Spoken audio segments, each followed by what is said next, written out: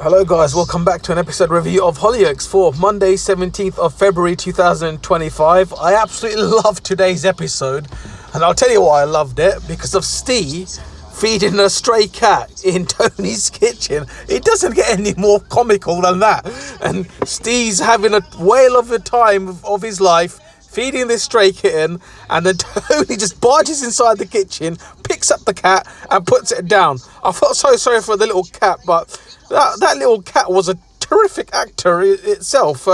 It's amazing. And I'm also loving the fact that Steve and his son Lucas, they're both working together, and Tony is such a brilliant combination. The kitchen setup of the people who are there, the characters involved, I absolutely love it. The only person that's missing there is Darren. That will add more comic scenes inside Tony's restaurant. Now, obviously, I have to address the end bit. We saw Oscar, unfortunately, get into the heated fight between Ro and the little bully Arlo. Unfortunately, Ro was carrying the penknife inside his bag, and then he accidentally stabbed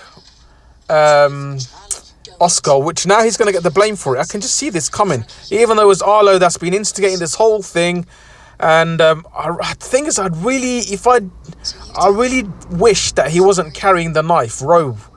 I know he probably was thinking maybe self-defense for Arlo, but carrying a knife never, ever is a positive thing, and there's no good that can come from it.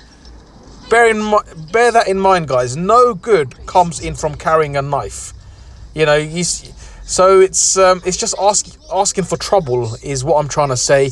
And I really feel sorry for Oscar. Such a little sweet, innocent being, just comes in to drop something to Ro, and then he just gets caught in the middle of a fight, and Arlo's the one that's instigated this whole thing.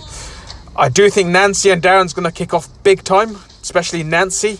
I really want to see Nancy get to the bottom of this, because I feel like it's starting to get a little bit tedious with Arlo getting away with his bullying. It's like I just want the storyline to kind of end, but we'll see what happens. Let me know what you thought of it, guys, as well, and do you think it's kind of dragging on?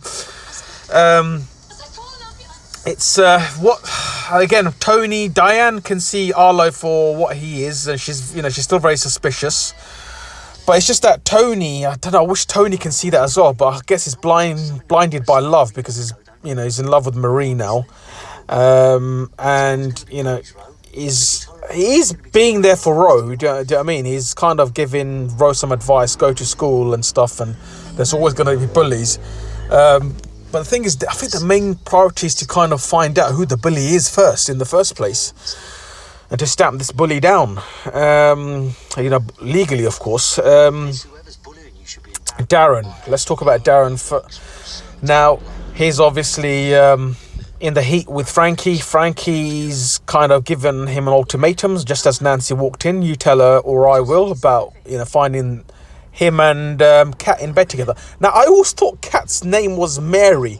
If it was at any point, can someone clarify that or clear that up for me? Because I could have sworn her name was Mary at one point.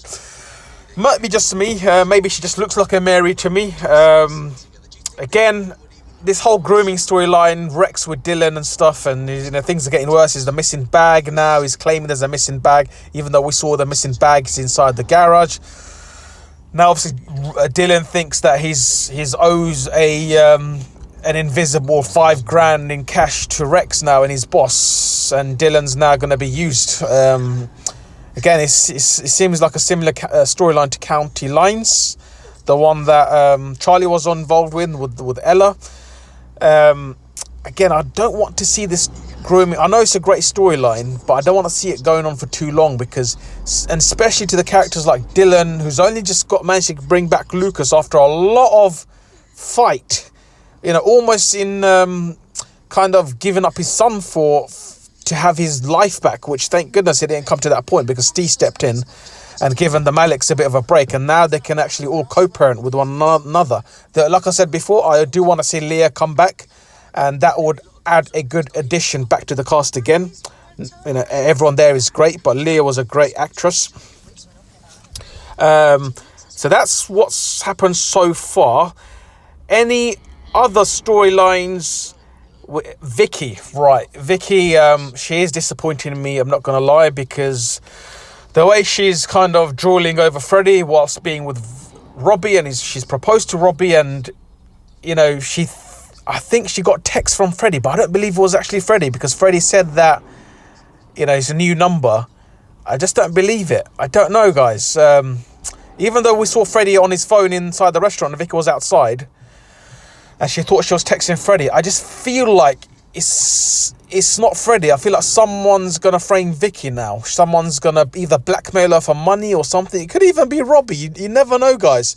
That's the beauty of Soapland, where anyone's a mystery in these circumstances.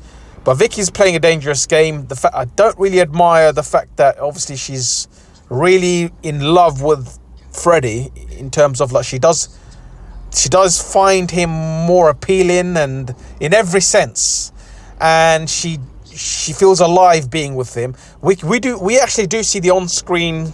I think the on-screen chemistry is far greater between her and Freddie than her and Robbie.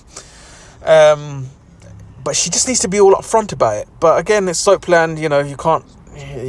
Problems need to arise.